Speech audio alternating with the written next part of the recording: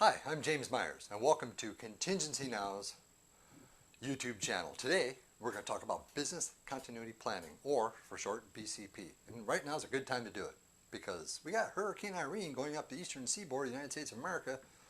There's a lot of business owners out there right now, I'm guessing, that are trying to figure out what they're going to do and what the impact is on it to their overall business structure. And that's what BCP is all about. The objective of BCP, of a good BCP, is what? Right here. Supports the critical revenue path of your products and services.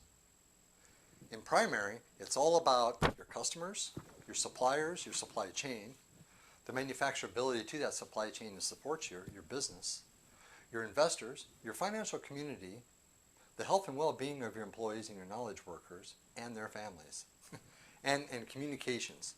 It's all that, okay? And that's the difference between a business continuity plan and a disaster recovery plan. So, if you're a business owner out there in business land, such as me, and you think that backing up your data is your business continuity plan, or business continuity is just done by your IT department, whether it's in-sourced or outsourced, you're wrong. That's not what it is, okay?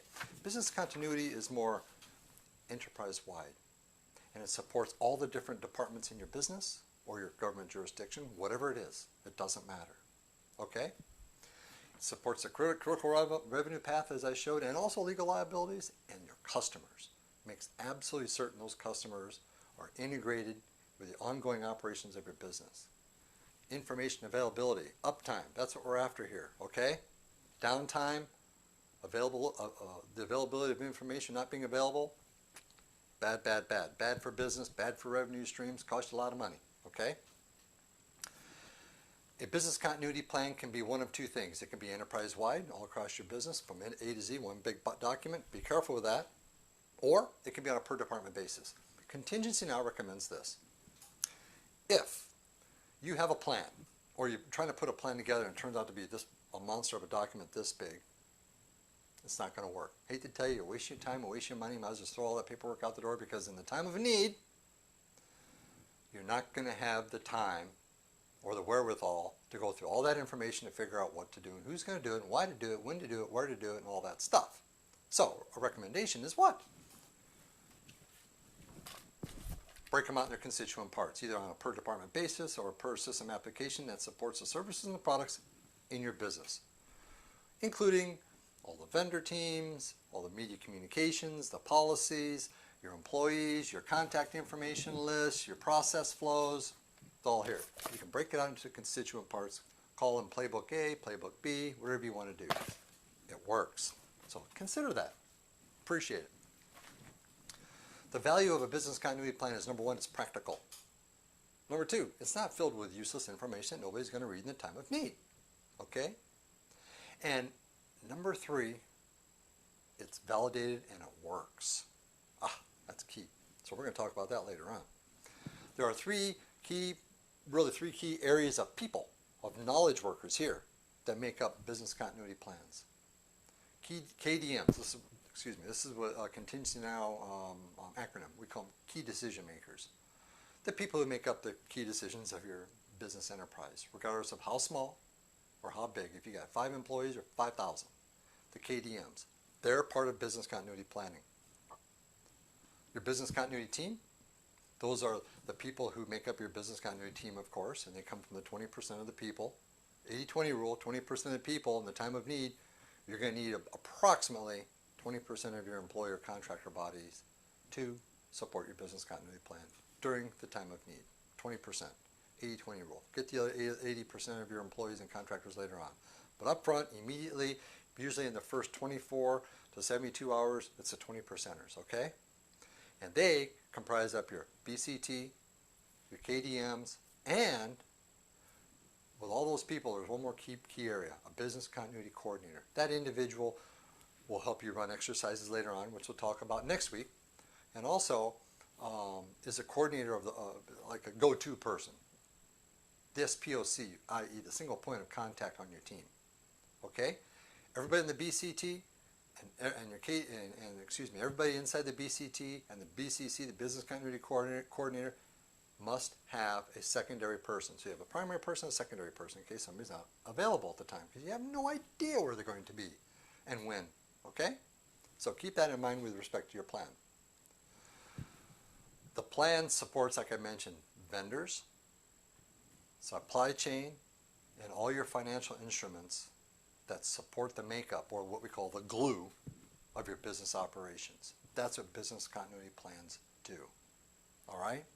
All the key information is in there. All the communications and the information is in there. Who's who, who's going to do what, who's responsible and accountable for what, and also where, when, how, and why you're going to do it.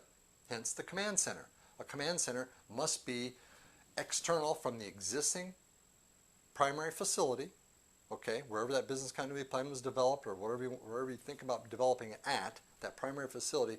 Your command center has to be the secondary, call it a secondary space, an emergency space. I don't care what you call it. We call them command centers because that's kind of where everybody focuses to and runs the show, if you will, from the business continuity coordinator, BCT, KDMs. They all show up there, okay? But it's got to be off the utility grid from where your primary facility resides, okay? Separate utilities, far enough away. And hurricane alleys, right? You're looking at a minimum about 125 miles. You got to get it out of there.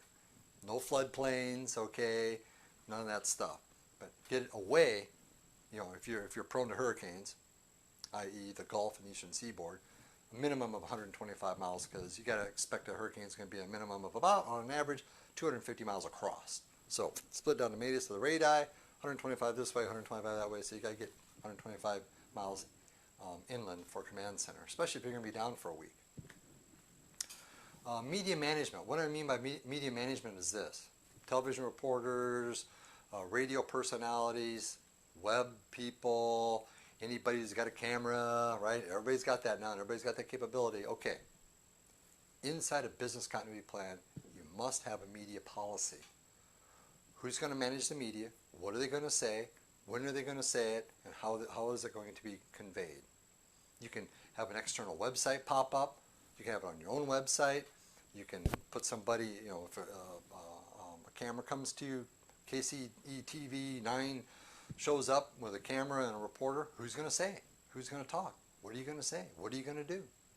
Have that policy secured and have that primary and secondary person identified. That is in your BCP. That is proactive, strong, effective, and efficient media management, and it can help your business significantly. It will also help your suppliers, your financial people, your employees, and your employees' families, and everybody who's got that ongoing concern about your business. Keeps them informed on what's going on and who's doing what, and that everything is going to be in good shape in due time. Okay? Media management is absolutely critical. I can't impose that enough. Incident evaluation. If your business processes that support your services and products through your supply chain and manufacturing and all that, if it cannot, if your downtime is so long that it's going to exceed the requirements expected by your customers, greater than your recovery time objectives, then you should be declaring a disaster and running those procedures through your BCP. If it's something less than that, if you know you're down, or you've lost a primary supply chain, or your telecom's down, or hey, a hurricane's coming and it's turning into an incident, manage it as an incident. And they're different, and it's broken out. In contingency now's template for BCPs is broken out separately, and you do separate things. You do different things. Okay. So we're not going to go through the stepwise procedures to do that, but it's in our guidelines. So that's what we have today for business continuity planning. I'm James Myers, and this is the Contingency Now YouTube channel. Next week, we're going to talk about exercises. The who, what, when, where, the who, what, when, where, why, how, and when of business continuity planning and disaster recovery planning exercises. Okay? Because if your action plan's never been tested, it's not going to be worth a whole lot. Thank you very much for joining me. Really appreciate it. Bye.